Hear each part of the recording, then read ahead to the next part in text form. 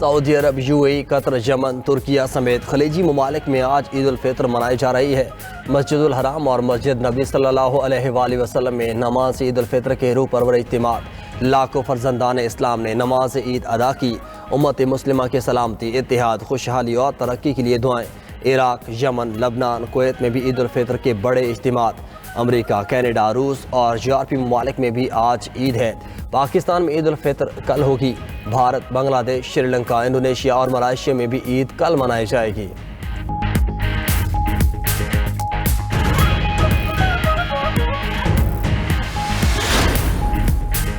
مغربی سرحد پر جنگ بندی کی خلاف ورزی کے الزامات مسترد۔ عید الفطر کے پیش نظر پاکستان کی جانب سے اعلان کردہ عارضی وقفہ برقرار۔ وزارت اطلاعات و نشریات نے طالبان ترجمان کے دعوے کو بے بنیاد قرار دے دیا۔ کہا طالبان کی جانب سے پروپیگنڈا اندرونی عناصر کی سازش ہو سکتا ہے۔ کسی بھی دہشت گردی یا سرحد پار سے حملے پر فوری رد عمل دیا جائے گا۔ افغان طالبان یا ان کے حامیوں کی کارروائی پر آپریشن غضب للحق دوبارہ شروع ہوگا۔ کسی بھی حملے کی صورت میں کارروائی پوری شدت سے کی جائے گی۔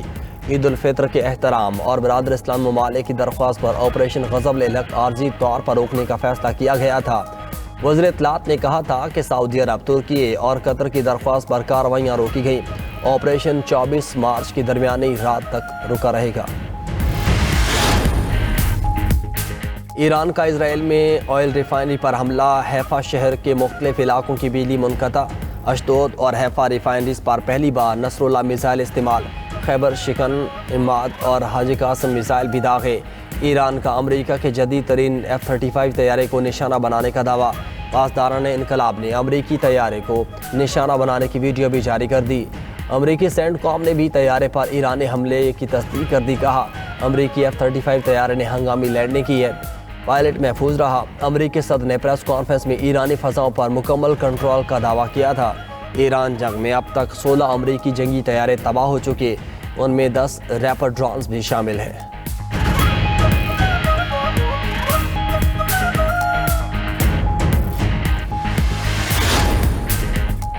ایران کے اسرائیل اور خلیجی ممالک میں امریکی اڈوں پر نئے حملوں کی لہر جاری۔ مغربی یروشلم میں اسرائیلی وزارت کی عمارت کو ڈرون سے نشانہ بنایا گیا۔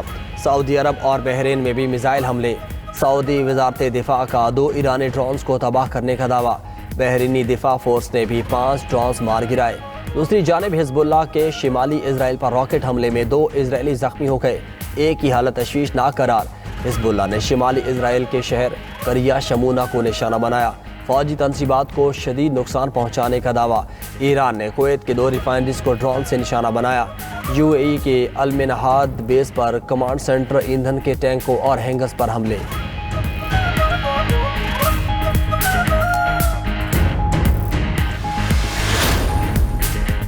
ایران دنیا کے لیے سنگین خطرہ ہے، دوبارہ قطر پر حملہ کیا تو ایران کی سب سے بڑی گیس فیلڈ تباہ کر دیں گے۔ امریکی صدر ڈونلڈ ٹرمپ کی وار نے کہا نیتنیاہو کو ایرانی گیس اور تیل تنصیبات پر حملے سے روک دیا۔ امریکہ اب ہرمز استعمال نہیں کرتا، ہم دوسروں کا دفاع کر رہے ہیں، مگر نیٹو ہماری مدد کرنا نہیں چاہتا۔ جب چاہیں ایرانی خارق جزیرے پر قبضہ کر سکتے ہیں، سب کچھ تباہ کر دیا، اب وہاں صرف پائپ ہیں، چاہوں تو ایران جنگ چند سیکنڈز میں ختم کر سکتا ہوں۔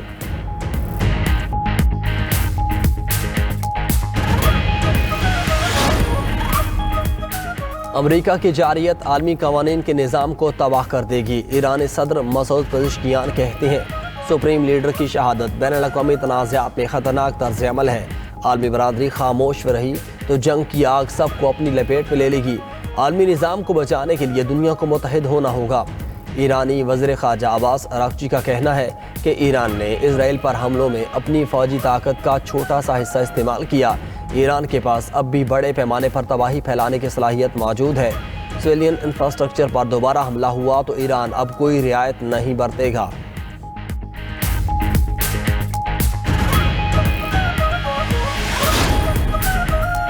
امریکی صدر ٹرمپ کا اماراتی صدر شیخ محمد بن زاید ال نہیان سے ٹیلی فونک رابطہ، دونوں رہنماؤں کا ایرانی حملوں اور خطے کی کشیدہ صورتحال پر تبادلہ خیال۔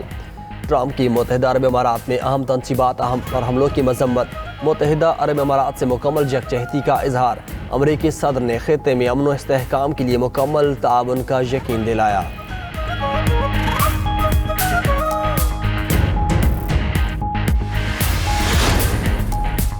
وزیر اعظم شہباز شریف اور ترک صدر اردوان کا رابطہ۔ وزیر اعظم نے ترکیہ پر میزائل حملوں کی شدید مذمت کی، کہا کہ پوری پاکستانی قوم ان مشکل حالات میں اپنے ترک بھائیوں اور بہنوں کے ساتھ کھڑی ہے۔ علاقائی صورتحال کا حل صرف مذاکرات سے ہی ممکن ہے۔ گفتگو کے دوران افغانستان کی صورتحال پر بھی تبادلہ خیال کیا گیا۔ سعودی عرب اور قطر کا آپریشن غضب للحق روکنے کے پاکستانی فیصلے کا خیر مقدم۔ سعودی وزارت خارجہ نے عارضی جنگ بندی کو امن کی جانب اہم پیش رفت قرار دیا۔ قطر نے رد عمل میں کہا کہ عارضی جنگ بندی پائیدار جنگ بندی معاہدے کی راہ ہموار کرے گی۔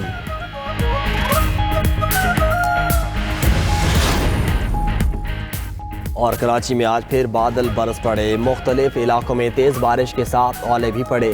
گلشن اقبال، ابو الحسن اصفہانی روڈ اور فیڈرل بی ایریا میں بارش، گلبرگ، سہراب گوٹ اور بفر زون میں بھی بادل برس پڑے۔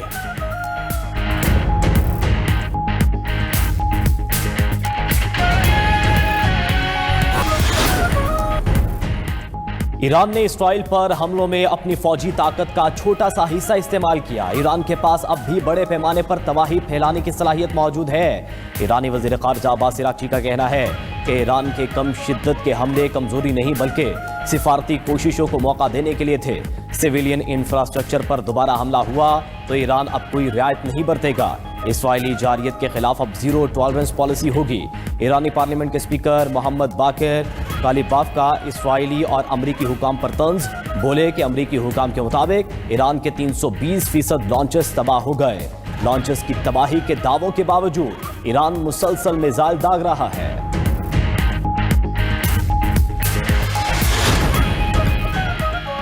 ضرورت پڑی تو ایران کے خلاف فوجی کارروائی کا حق محفوظ رکھتے ہیں، سعودی عرب کی وارننگ۔ سعودی وزیر خارجہ فیصل بن فرحان کا کہنا ہے کہ ایران مسلسل شہری مقامات کو نشانہ بنا رہا ہے۔ ایران کے ہمسائے ممالک پر حملوں کے نتائج ہوں گے۔ یہ اقدامات تہران کو مزید تنہائی کی طرف دھکیل رہے ہیں۔ ایران کو اپنے غلط اندازوں کا جائزہ لینا چاہیے۔ پڑوسی ممالک پر حملوں سے ایران کچھ حاصل نہیں کر سکے گا۔ توانائی کی تنصیبات پر حملوں سے عالمی معیشت متاثر ہوگی۔ سعودی عرب کسی بھی قسم کے دباؤ کے سامنے نہیں جھکے گا۔ حملے رکوانے کے لیے تمام سیاسی، معاشی اور سفارتی ذرائع استعمال کریں گے۔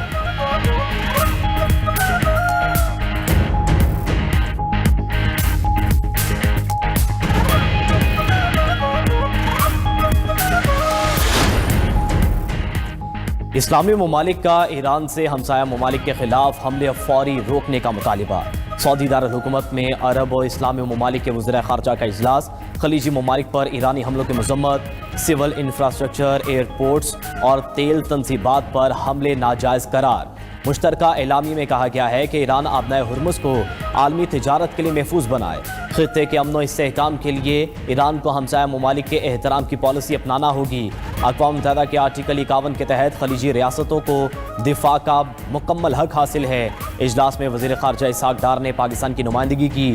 پاک، سعودیہ، مصری اور ترک وزرائے خارجہ کی مشاورتی اجلاس۔ خطے کی بدلتی صورتحال پر تبادلہ خیال کیا گیا۔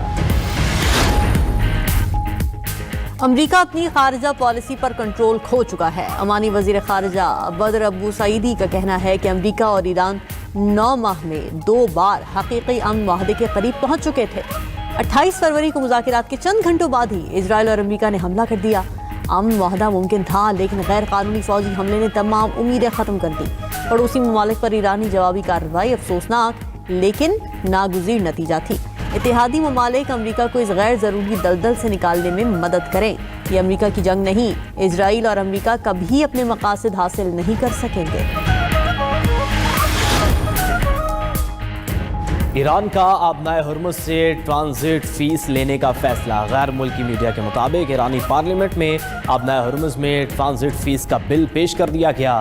آبنائے ہرمز سے گزرنے والے غیر ملکی جہازوں پر فیس عائد کی جائے گی۔ ایران نے عالمی تجارتی گزرگاہ پر اپنے قانونی اور معاشی اختیار کو استعمال کرنے کا فیصلہ کیا ہے۔ بل کے تحت آبنائے ہرمز کا دفاعی اور ماحولیاتی تحفظ یقینی بنانے کے نام پر فیس وصول کی جائے گی۔ اقدام خاص طور پر ان ممالک کے جہازوں کے لیے ہوگا جو ایران کے خلاف پابندیوں اور جنگ میں شامل ہیں۔